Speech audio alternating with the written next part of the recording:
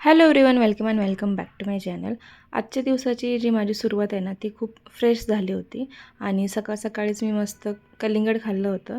Season जसा change झाला आहे ना, तसे आमच्या घरातले फ्रूट्ससुद्धा आता चेंज होत चाललेत आणि असाच काहीसा चेंज मला माझ्या घरातसुद्धा करायचा होता.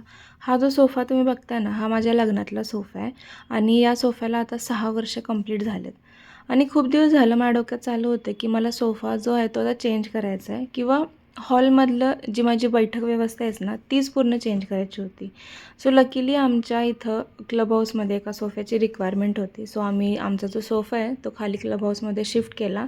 तिथं काही लोकांना त्याचा यूज करता येईल आणि त्यानंतर मग मी असं ठरवलं होतं की ज्या भिंतीला माझं टी व्ही युनिट होतं तिथून ते चेंज करून मला त्याच्या अपोजिट डिरेक्शनला घ्यायचं होतं. मला अजून आठवते जेव्हा मी हा फ्लॅट घेतला होता ना, तेव्हा माझे पप्पा मला बोलले होते की बाकी सगळं खूप छान आहे, फक्त तुझी ही जी अरेंजमेंट आहे ना, जिथं तुझा सोफा आहे, जिथं तू बसते ती दिशा योग्य नाही आहे.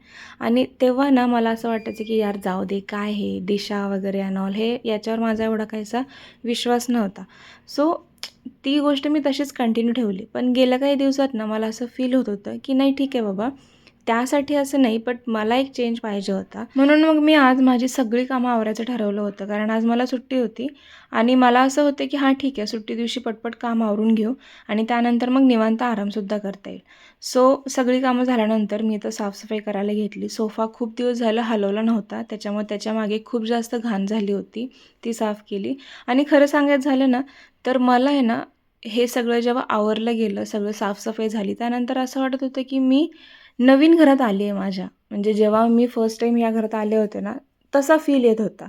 आता माझ्या डोक्यात काही आहेत प्लॅनिंग की मला सोफा कसा घ्यायचा आहे, सिटिंग अरेंजमेंट कुठं करायचे आहे. सो हळूहळू मी ते सुद्धा करेन आणि असा गेला आहे माझा आजचा दिवस. परत भेटू माझ्या नेक्स्ट व्हिडिओमध्ये. तोपर्यंत bye, take care and do like, share, subscribe to my channel.